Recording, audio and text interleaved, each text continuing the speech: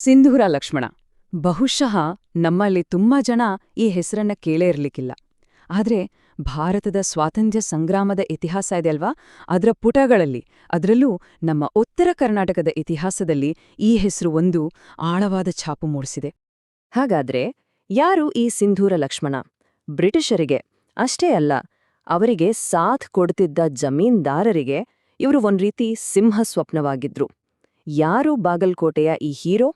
ಬನ್ನಿ, ಈ ಮರೆತು ಹೋದ ನಾಯಕನ ರೋಚಕ ಕಥೆಯ ಪುಟಗಳನ್ನ ಈಗ ತೆರೆದು ನೋಡೋಣ. ಬಾಗಲಕೋಟೆ ಜಿಲ್ಲೆಯ ಬೀಳಗಿ ಪಟ್ಟಣದ ಹತ್ತಿರ ಕಪ್ಪರ ಪಡಿಯಮ್ಮನ ದೇವಸ್ಥಾನ ಅಂತ ಒಂದು ಜಾಗ ಇದೆ. ಪಡಿ ಅಂದ್ರೆ ಏನ್ ಗೊತ್ತಾ? ದೊಡ್ಡ ದೊಡ್ಡ ಕಲ್ಲುಗಳು ಒಂದಕ್ಕೊಂದು ಸೇರಿಕೊಂಡಿರೋ ಸ್ಥಳ. ಅಂದ್ರೆ ಶತ್ರುಗಳಿಂದ ತಪ್ಪಿಸ್ಕೊಳ್ಳೋಕೆ ಇದೊಂದು ಪರ್ಫೆಕ್ಟ್ ಜಾಗ ಆಗಿತ್ತು. ಇದೇ ಜಾಗ ಬ್ರಿಟಿಷರ ನಿದ್ದೆ ಕೆಡಿಸಿದ್ದ ಸಿಂಧೂರ ಲಕ್ಷ್ಮಣರ ಕ್ರಾಂತಿಕಾರಿ ಚಟುವಟಿಕೆಗಳ ಕೇಂದ್ರವಾಗಿತ್ತು.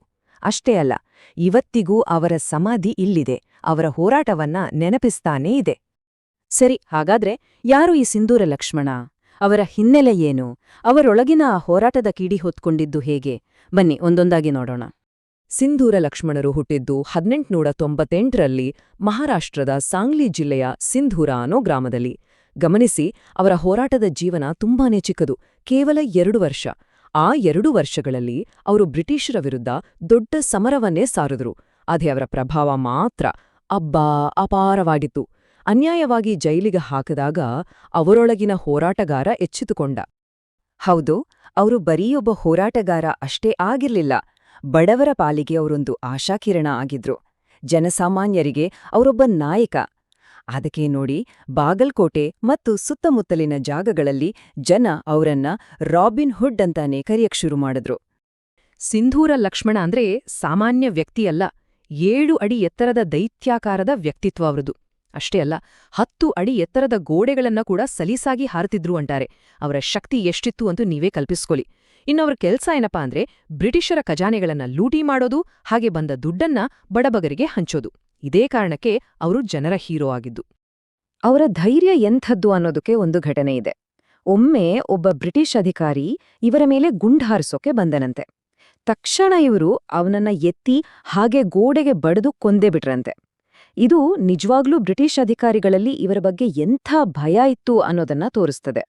ಆದ್ರೆ ಸಿಂಹದ ಹಾಗೆ ಹೋರಾಡೋ ಪರಾಕ್ರಮಿಯನ್ನ ನೇರವಾಗಿ ಎದುರಿಸೋಕೆ ಆಗದಿದ್ದಾಗ ಶತ್ರುಗಳು ನರಿಬುದ್ಧಿ ಬಳಸಿದ್ರು.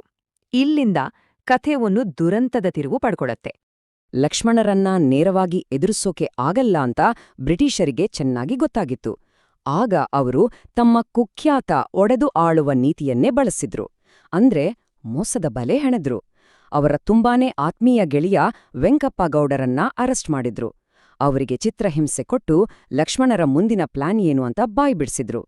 ಆ ಮಾಹಿತಿ ಇಟ್ಕೊಂಡು ಖಜಾನೆ ಲೂಟಿ ಮಾಡೋವಾಗ ಹೊಂಚು ಹಾಕಿ ಗುಂಡಿಕ್ಕಿ ಕೊಂದೇ ಬಿಟ್ರು. 24. ಹೌದು, ಬ್ರಿಟಿಷರ ಮೋಸದ ಬಲೆಗೆ ಬಿದ್ದು ಸಿಂಧೂರ ಲಕ್ಷ್ಮಣರು ಹುತಾತ್ಮರಾದಾಗ ಅವರ ವಯಸ್ಸು ಕೇವಲ 24 ವರ್ಷ ಅಷ್ಟೇ. ಯೋಚ್ನೆ ಮಾಡಿ, ಒಂದು ದೊಡ್ಡ ಕ್ರಾಂತಿಕಾರಿ ಶಕ್ತಿ ತನ್ನ ಯೌವನದಲ್ಲೇ ಕೊನೆಗೊಂಡಿತು. ಈ ಕಥೆ ಕೇಳಿದಾಗ ಮೈ ರೋಮಾಂಚನೆ ಆಗುತ್ತೆ ಅಲ್ವಾ? ಆದ್ರೆ ಇಂಥ ನಮ್ಮ ಸ್ಥಳೀಯ ವೀರರ ಕಥೆಗಳು ಕೇವಲ ದಂತಕಥೆಗಳಾಗಿ ಉಳಿದ್ಬಿಡ್ತಾವಾ? ಅಥವಾ ಇವುಗಳಿಗೆ ಐತಿಹಾಸಿಕ ಆಧಾರ ಅಂತ ಏನಾದ್ರೂ ಇದ್ಯಾ? ಸೊ ನಮ್ಮ ಮುಂದಿರುವ ದೊಡ್ಡ ಪ್ರಶ್ನೆ ಇದೇನೆ. ಸಿಂಧೂರ ಲಕ್ಷ್ಮಣರ ಈ ಕಥೆ ಜನರ ಬಾಯಿಂದ ಬಾಯಿಗೆ ಹರಿದು ಬಂದ ಒಂದು ಫೋಕ್ ಕಥೆನಾ, ಅಥವಾ ಇದಕ್ಕೆ ಇತಿಹಾಸದ ದಾಖಲೆಗಳ ಬಲ ಇದೆಯಾ? ನೋಡಿ, ಇಂಥ ಪ್ರಶ್ನೆಗಳಿಗೆ ಉತ್ತರ ಸಿಗೋದೇ ಅಕಾಡೆಮಿಕ್ ರಿಸರ್ಚ್ನಿಂದ. ನಮ್ಮ ಹಂಪಿಯ ಕನ್ನಡ ವಿಶ್ವವಿದ್ಯಾಲಯದಂತಹ ಪ್ರತಿಷ್ಠಿತ ಸಂಸ್ಥೆಗಳು ಇಂಥ ಸ್ಥಳೀಯ ಇತಿಹಾಸಗಳ ಬಗ್ಗೆ ಆಳವಾಗಿ ಅಧ್ಯಯನ ಮಾಡ್ತವೆ, ಅದರ ಸತ್ಯಾಸತ್ಯತೆಯನ್ನು ಪರಿಶೀಲಿಸಿ ದಾಖಲಿಸ್ತವೆ. ಇದೇ ನೋಡಿ, ಕಥೆಗಳನ್ನ ಇತಿಹಾಸವಾಗಿ ಬದಲಾಯಿಸೋ ಪ್ರೋಸೆಸ್. ಇದಕ್ಕೊಂದು ಸ್ಪಷ್ಟ ಸಾಕ್ಷಿ ಇಲ್ಲಿದೆ ನೋಡಿ. ವಿರೂಪಾಕ್ಷಿ ಪೂಜಾರಹಳ್ಳಿಯವರು ವಾಲ್ಮೀಕಿ ವಾಹಿನಿ ಅನ್ನೋ ಪತ್ರಿಕೆಯಲ್ಲಿ ಸಿಂಧೂರ ಲಕ್ಷ್ಮಣರ ಬಗ್ಗೆ ಒಂದು ಸಂಶೋಧನಾ ಲೇಖನವನ್ನೇ ಬರೆದಿದ್ದಾರೆ. ಸೊ ಇದು ಕನ್ಫರ್ಮ್ ಮಾಡತ್ತೆ, ಸಿಂಧೂರ ಲಕ್ಷ್ಮಣ ಕೇವಲ ದಂತಕಥೆ ಅಲ್ಲ, ಇವರೊಬ್ಬ ಐತಿಹಾಸಿಕ ವ್ಯಕ್ತಿ ಅಂತ. ಹಾಗಾದ್ರೆ ಒಂದ್ ಕಡೆ ಜನರ ಬಾಯಿಲಿ ಉಳಿದಿರೋ ಕಥೆ, ಇನ್ನೊಂದ್ ಕಡೆ ರಿಸರ್ಚ್ನಿಂದ ಸಿಕ್ಕಿರೋ ಸತ್ಯ, ಇವೆರಡೂ ಸೇರಿ ನಮಗೆ ಏನ್ ಹೇಳುತ್ತೆ? ಈ ಕಥೆಗಳು ಯಾಕಿಷ್ಟು ಮುಖ್ಯ? ಇಲ್ಲಿ ನೋಡಿ, ನಾವು ಇತಿಹಾಸದ 2 ಮುಖ್ಯ ಮುಖಗಳನ್ನ ನೋಡಬಹುದು.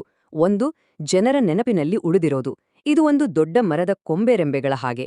ಅದು ಎಲ್ಲರಿಗೂ ಕಾಣಿಸುತ್ತೆ, ಆ ವೀರರ ಸ್ಫೂರ್ತಿಯನ್ನ ಜೀವಂತವಾಗಿಡುತ್ತೆ. ಇನ್ನೊಂದು ಶೈಕ್ಷಣಿಕ ಇತಿಹಾಸ. ಇದು ಆ ಮರದ ಬೇರುಗಳಿದ್ದ ಹಾಗೆ. ಕಣ್ಣಿಗೆ ಕಾಣಿಸ್ತೇ ಇರಬಹುದು, ಆದ್ರೆ ಸತ್ಯದ ಆಧಾರ ಕೊಟ್ಟು ಇತಿಹಾಸವನ್ನ ಗಟ್ಟಿ ಮಾಡತ್ತೆ.